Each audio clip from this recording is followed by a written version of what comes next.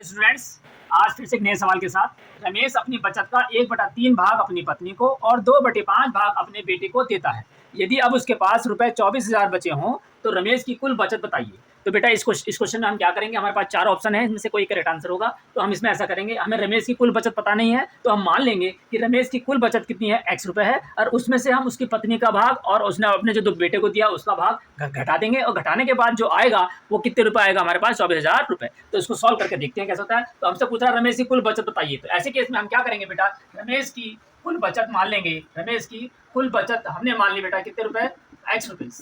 कितने रुपीज मान लिया हमने, x। और उसमें पत्नी को कितना भाग दिया, पत्नी का भाग कितना है, कितना मिला उसको, 1/3 भाग, यानी कि x का 1/3, और का मतलब होता है बेटा गुणा, तो x/3 कर दिया हमने। 1/3 का मतलब 1/3 गुणा x, यानी कि x/3, ठीक। और बेटे का भाग जो मिला है वो कितना है, बेटे का भाग वो कितना है, 2/5 भाग, यानी 2/5 भाग किसका, x का। तो का मतलब गुणा 2/5 ऑफ x, ठीक। तो 2/5 किसका, x का, ठीक। अब उसके पास कितने रुपए बचे, 24,000 रुपए बचे। तो बच्चे का मतलब क्या हो गया, कुल बचत कितनी थी, x थी, पत्नी को इतना दे दिया और बेटे को इतना दे दिया।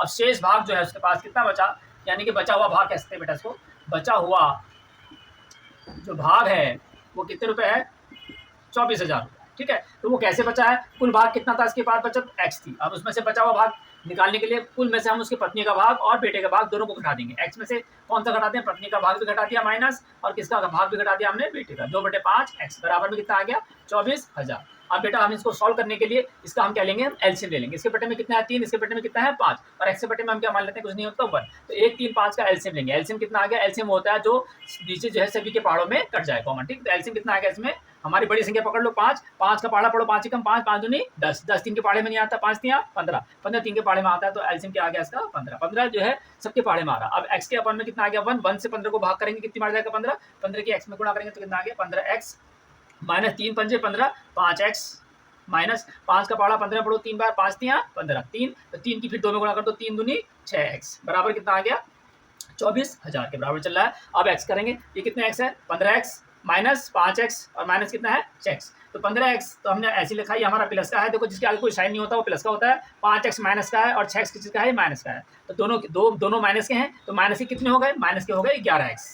कितने x हो गए, 11x। बेटा ऐसा करते हैं कि इसमें से इसको भी घटा सकते हैं, लेकिन हमने ऐसा करा कि जो एक जैसे हैं उनको जोड़ लिया पहले। ये भी माइनस के 5x है, ये भी माइनस के 6x है, दोनों माइनस के हैं, तो माइनस के कुल कितने हो गए, 6x हो गए। अब हमारे पास 15x प्लस का अकेला था, ये दो माइनस के थे, इन दोनों को हमने जोड़ दिया तो माइनस के 11x हो गए। तो 15x में से हमने कितने घटाते, 11x, और बटे में कितना है 15, बराबर में क्या चला है हमारे पास 24,000। अब 15x में से कितने x घटा दो, 11x, तो कितने x बचेंगे हमारे पास, 4x बचेंगे। कितने x बचेंगे, 4x, बटे में कितना चला है 15, बराबर क्या चल रहा है हमारे पास 24,000। अब हमें x का मान निकालना है, तो इसकी इधर गुणा हो जाएगी और 4 कहाँ पहुंच जाएगा बटे में, तो x बराबर 24,000 गुणा 15, इसे इधर गुणा हो गई, और ये 4 कहाँ पहुंच गया नीचे बटे में। और गुणा में ऊपर नीचे कैंसिल हो जाते हैं बेटे, 4 के पहाड़े से 15 कटेगा नहीं, 4 के पहाड़े से क्या कट जाएगा, 24,000 करके 24 कट के 4 छक 24, और कितने जीरो, 3 जीरो, और 15 की इसमें कितने गुणा कर लेंगे तो 3 जीरो ऐसे आ जाएंगे, और 15 चौका 60, 15 छक्के 90, कितने हजार, 90,000। यानी कि उसकी कुल बचत जो थी हमारे पास वो कितने रुपए थी, 90,000। यानी कि उस रमेश की कुल बचत कितनी थी, 90,000। तो हमारे पास कौन सा ऑप्शन सही है, 90,000, ये रहा हमारा। तो ऑप्शन सी करेक्ट, ठीक है बेटा।